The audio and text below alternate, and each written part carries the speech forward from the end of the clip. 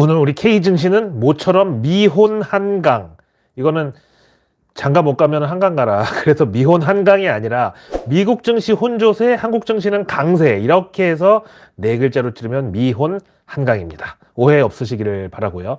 사실 간밤 엔비디아 주가가 추가 하락하면서 야, 이거 엔비디아 이렇게 꺾여버리면은 이번 연초 이후 벌써 3개월 지속되고 있는 뉴욕 증시 상승장도 끝나는 거 아니냐. 이런 불안감하고 또 반면에 한편으로는 엔비디아 연간으로 봐라. 지금 두 거래일 빠진 거는 뭐 차트에서 기별도 안 간다. 티끌 정도밖에 안 된다. 아니, 호랑이 등에 올라타는 게 그럼 그렇게 쉬운 줄 알았냐. 이런 또 근자감이 이제 밤새 끊임없이 충돌을 했거든요. 그러나 엔비디아 꺾인 걸 불길하다고 판단하기에 우리 K증시는 그동안 별로 오른 게 없다 보니까 꺾일 것도 없지. 오히려 그래서 저평가 메리트가 더 돋보였던 그런 하루였습니다. 오늘 업종별로 보면은 또 한 번 배터리의 날이었다 이렇게 볼 수 있는데, 정부의 배터리 산업 육성 지원 방안 발표, 이게 1등 공신이었고요. 이거 월요일 내일 뉴스에서 미리 얘기했잖아. 전고체 배터리를 중심으로 정부가 적극적으로 차세대 배터리 개발을 돕는다고. 그래서 어떻게든지 미국에서 그 왕서방의 빈자리를 차지하고 말겠다는 그 의지라고 얘기했잖아.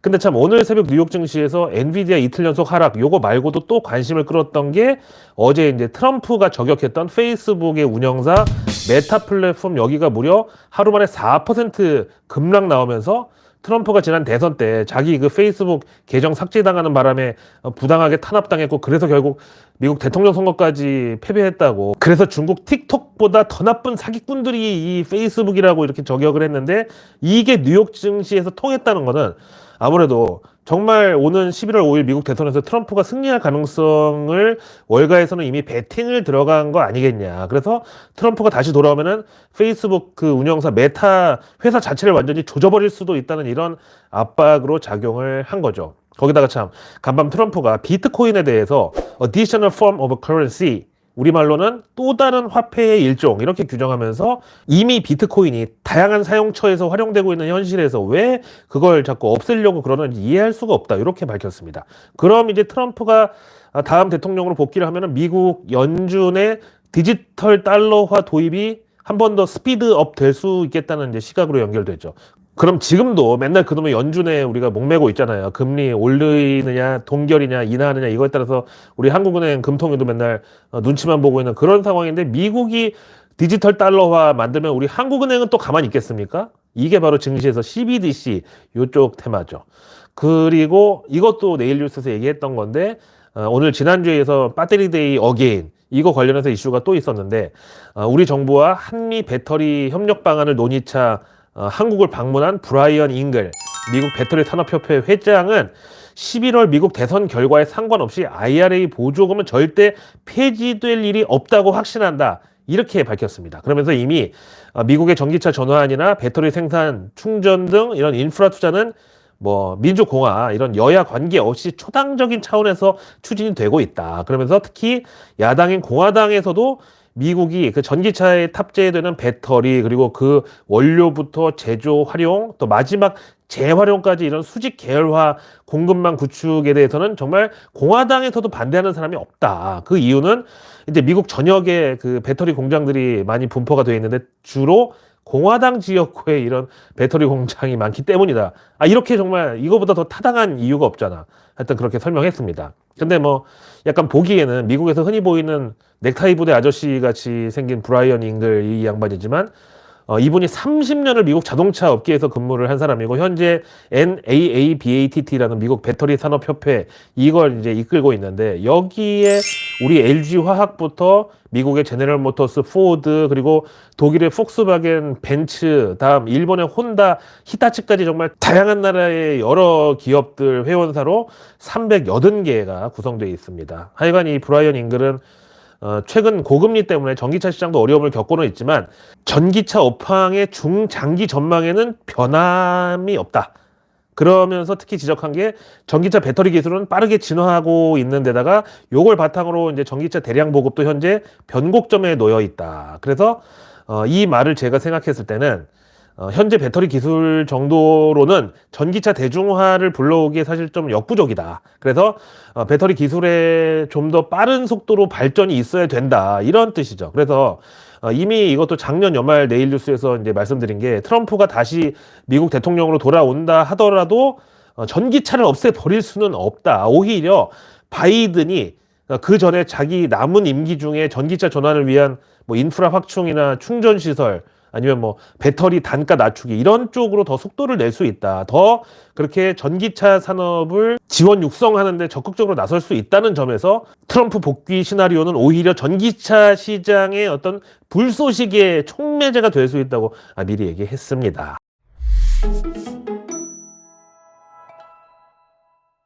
그 다음 오늘 정말 생색 정보통 시작한 김에 끝장을 보겠는데, 지난 내일 뉴스 라이브 시간에 인공지능 그 AI 원천 기술 측면에서는 솔직히 우리 K증시에서는 해당 기업이 없는 것 같다. 이미 그런 인공지능 이니셔티브는 미국이 다 확보를 했고, 이제 우리는 대신 AI를 돌리는 데이터 센터나 서버 용량이 워낙 커지기 때문에 그만큼 거기서 열이 많이 나는데, 그래서 냉각 기술이 또 엄청나게 고도화돼야 할 필요가 제기되고 있다. 왜냐면 서버 과열돼가지고 불나면 인공지능이고 인공호흡이고 다 말짱 도루묵이야. 그거야말로 정말 전기차 한 2만 대 불 붙는 거나 마찬가지의 재앙급인데다가 그거 완전 복구될 때까지 장비 전부 다 먹통되는 거니까. 그래서 이쪽 데이터 센터 냉각 기술 쪽으로 우리는 승부를 보는 게 K증시에 있어서는 더 현실적으로 경쟁력 강화에 좋아 보이고, 돈 버는데도 이쪽은 아직까지는 그래도 경쟁이 치열해 보이지 않는다. 그래서 이미 이제 대만 업체는 자동차 엔진에다 냉각수 지나가듯이 그렇게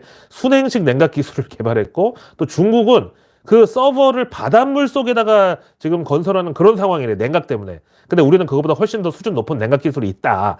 근데 오늘 코스닥에 GST라고, 여기가 이제 AI 서버를 액침 냉각 방식으로 시키는 기술 가진 회사라고 소개가 되면서 장중에 상한가로 직행해버렸습니다. 물론 이제 장 후반에는 상한가 풀리면서 22% 플러스 마감이지만, 제가 그 AI 냉각 기술 이게 유망하다고 라이브에서 말했을 때 이 GST 주가 3만 원대였는데 벌써 오늘 6만 원 코앞에까지 슈팅이 나왔습니다. 런하 반갑습니다. 지금 밖에는 추적추적 지금 겨울비 내지는 봄을 재촉하는 봄비 이런 게 내리고 있는데, 역시 그 춘래 불사춘이라는 말이 떠오르고요.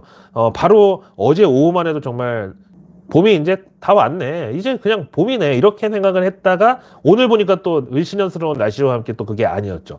미국의 인플레이션도 이런 식으로 한 번에 오지 않고 있는 지금 애타는 상황에서 월가 유동성 중독자들은 야, 이거 지역은행 사태를 또 한번 그 유발을 시켜서 연준에다가 자해공갈단 그런 전략으로 한번 그 대응을 해볼까, 아니면은 올해 재선 안 하면 정말 그 바이든 가문의 위기가 찾아오고 대가 끊길 수도 있는 그런 바이든한테 좀 약을 쳐볼까, 지금 월가에서는 여러 가지 시도가 있긴 한 것 같은데, 그럼에도 분명한 거는 일단 인플레이션을 확실하게 꺾으려면 욕심을 버려야 돼요. 증시가 사상 최고치인데 연준이 금리 인하를 했던 사례는 지금까지 연준 120년 역사에 단 한 번도 없었다니까.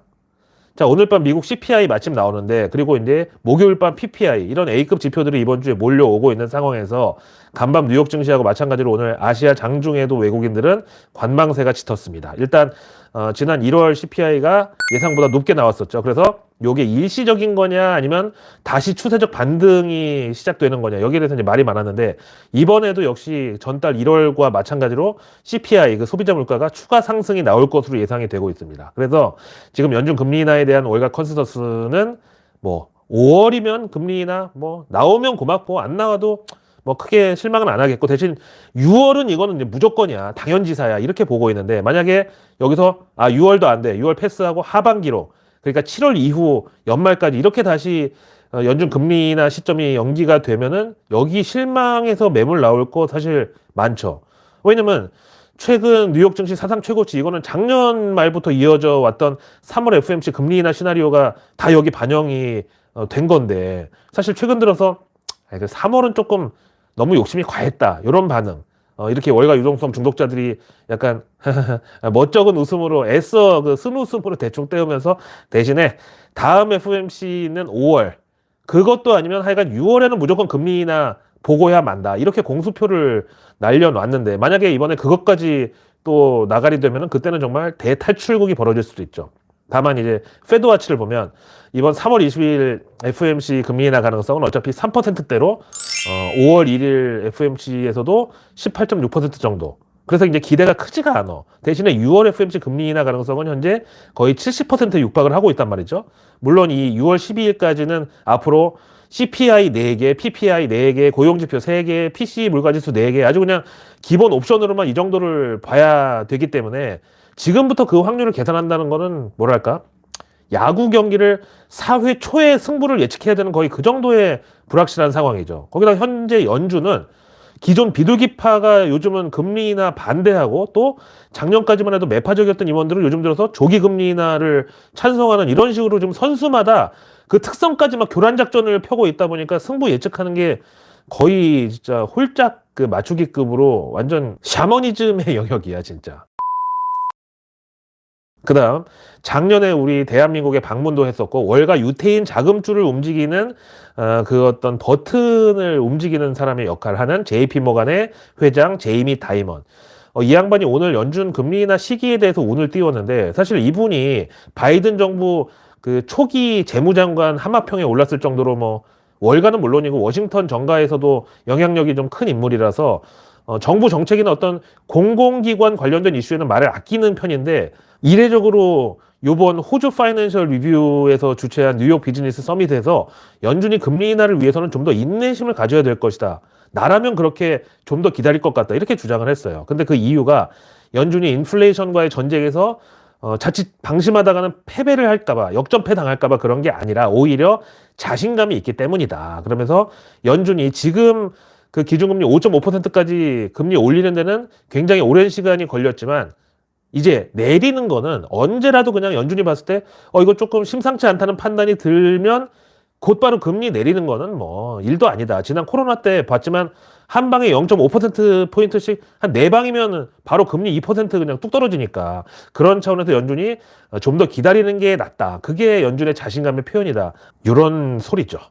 자, 오늘의 외국계 리포트는 모간 스탠리. 정말 우리 삼성전자의 그 천적이자 메모리 반도체 겨울이 온다 등등 하여간 안 좋은 냄새는 기가 막히게 잘 맞는 그 모간 스탠리가 요즘 달라졌어요. 최근 들어서 K증시 종목들의 정말 따사로운 그런 전망을 막 그 내주고 있는데 오늘은 APXJ 이거 이제 우리말로 하면 동아시아 증시에서 엑스제펜 일본 제외한 거 이쪽에서 비중 확대 축소 종목들을 쭉 나열했는데 여기 우리 K증시 종목들도 각각 3개씩 비중 확대 3개, 비중 축소 3개 이렇게 들어가 있습니다. 우선 비중 확대 리스트에는 중국의 샤오미가 눈에 띄고 다음 이제 우리 K증시에서는 좀 의외의 종목픽인데 아무래도 이제 낙폭과대 이쪽 테마에 눈을 맞춘 것 같은데 LG전자, 삼성전기, SK텔레콤 요렇게 그 다음 이제 비중 축소 종목들도 우리 K증시에서 역시 3종목이 꼽혔는데 이 중 하나는 왠지 에코프로자 들어간 종목이 나올 것 같은 불길한 예감인데 그래서 보니까 3개 중에 하나는 네이버, 두 번째 SK바이오팜 그리고 역시 왜 슬픈 예감은 틀린 적이 없어.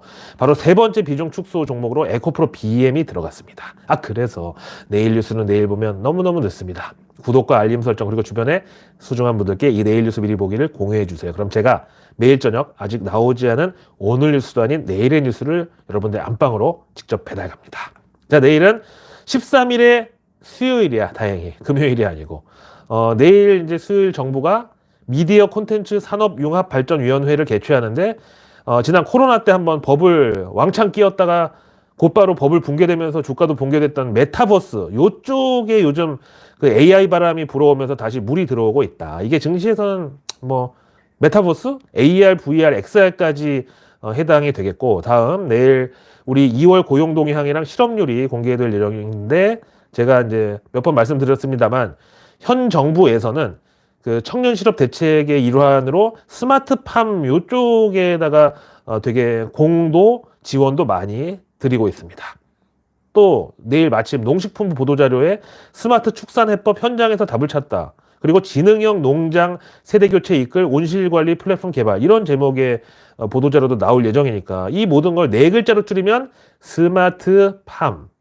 다음 내일 에너지 공기업 경영혁신 이행 상황 점검. 이거는 뭐 에너지 공기업 중에 상장돼 있는 거는 한전하고 한국가스공사 그 둘뿐이죠. 다음 내일 고용부가 건설 현장 해빙기 집중 안전 점검에 나서는데 이제 그 건설업계 종사하시는 분들 알겠지만 겨울보다 오히려 그 이제 날이 풀리면서 땅이 말랑말랑해지면서 봄이 오면은 그때 건설 현장에서 사고가 많이 난대요. 이거는 이제 중대재해처벌법 관련해서 무인 로봇 스마트 팩토리, 스마트 공장 이쪽 테마. 다음 내일 수요일 증시 일정은 체외진단 의료기기 전문업체 오상헬스케어가 코스닥 상장. 그 다음 내일 또 증시 이벤트 하나는 금감원이 공매도 관련 이제 토론회를 내일 개최할 예정인데 여기 개인 투자자 대표로 빠떼레 저치가 출동한다고 지금 알려져 있죠. 선대인 라이브에서 금감원장한테 쌍욕받던 패기가 어디 진짜 면전에서도 실제 오프라인에서도 나오는지 한번 저는 지켜보겠고요. 요거 관련주요. 현재 선대인 박순혁 두 사람이 미공개 정보 이용 자본시장법 위반으로 피의자 신분 조사받고 있다고 보도가 나왔는데 만약에 유죄가 나오면 그 해당 기업 금양도 뭐 최소 벌점이라도 그냥 하여간 넘어가지는 못할 겁니다. 그렇다고 이제 우리가 걱정할 일이냐? 아니요. 그 사람들 이미 책, 유료 강의, 그리고 회원가입비 이런 걸로 작년 한 해 동안에만 남들 평생 벌 돈 한 10배는 다 벌어놨기 때문에 뭐 대형 로펌 쓰고 그러면 알아서 잘 할 테니까 걱정하지 마세요. 근데 지난주 전해드렸다시피 지금 빠떼리 아저씨랑 박지모, 이게 이름이 박 작가를 지지하는 모임인데 박 작가를 지지하는 모임에서 박 작가가 빠지고 빠떼리 아저씨는 또 여기를 완전히 손절해버리고 지금 완전히 그 분열되고 막 난리야. 그 빠떼리 아저씨가 이번 총선에서 뭐 지역구든 비례든 자기는 무조건 국민의힘을 찍겠다고 본인이 노무현 전 대통령을 존경하는 사람인데 이번에 윤석열 대통령에 대해서도 같은 마음이라고 그러면서 본인 팬클럽으로 출발해가지고 금융개혁당 창당 모임으로까지 발전한 박지모 카페에 대해서 왜 너희들은 국민의힘 편을 안 들고 민주당을 지지하냐고 그럼 결국 나하고도 같이 갈 수 없다 이렇게 완전히 그냥 잘라버렸어. 심지어 그 박지모 회장 겸 금융개혁당 창당준비위 의장이라는 분이 그 빠떼리 아저씨 집 앞에를 찾아가는데 그냥 꺼지라고 문자로 대답을 했다네. 그래서 지금 그 박지모 카페는 뭐 완전히 그냥 민심이 들끓고 막 어떤 사람들은 뭐 탈퇴하겠다고 그러고 뭐 꺼지라고 하고 자기들끼리 지금 난리야. 뭐 우리가 속았다. 이번에는 진짜로 믿었는데 또 뒤통수 맞았다. 댓글에 보면은 막 별의별 사연이 다 있어. 근데 내일 그 금감원 그 토론장에서 혹시라도 안 좋은 사태 일어나는 거 아닌가 좀 걱정도 되고 하여간 참 작년에 그 시위 현장도 제가 직접 가서 보고 영상도 올리고 했었는데 그분들이 이렇게 보니까 뭐 공매도 개혁이니 여의도 카르텔 척결이니 뭐 그런 얘기를 하고 다니고 막 그렇게 시위하고 그럴 분들이 아니더라고. 딱 봐도 그냥 우리 동네에서 흔히 보는 아저씨 아주머니 그냥 그 착한 분들 같던데 어쩌다가 그렇게까지 가게 된 건지 정말. 왜 우리는 이렇게 맨날 당하고 또 당하고 남의 편한테 당하고 같은 편한테 당하고 그러면서도 사소한 계기로 엉뚱한 데다 신념 갖고 그러다 또 털리고 매번 그걸 반복하면서도 왜 그걸 못 벗어나는 그런 그 국민의식 수준인지 참 한탄스러워요. 이어서 내일 수요일 미국은 이제 화요일 소비자 물가지수 CPI, 목요일 생산자 물가지수 PPI 이 사이에 낀 날이기 때문에 일종의 재료 공백기로 하루를 보낼 것으로 대신에 뉴욕 증시에서 엔비디아 주가는 또 어떤 투심의 바로미터로 작용을 하겠죠. 그리고 내일 이제 미국 증시 실적은 미국의 다이소라고 할 수 있는 달러트리 그리고 미국 대표 반려동물 플랫폼 펫코 헬스앤웰리스 컴퍼니 여기 실적이 공개될 예정입니다. 이거 이제 한미 매칭 종목 차원에서 국내 반려동물 동물복지 관련주들의 좋은 바로미터가 되겠죠. 자, 오늘 하루도 고생 많으셨고요. 저는 내일의 내일 뉴스를 또 들고 다시 찾아뵙겠습니다. 고맙습니다.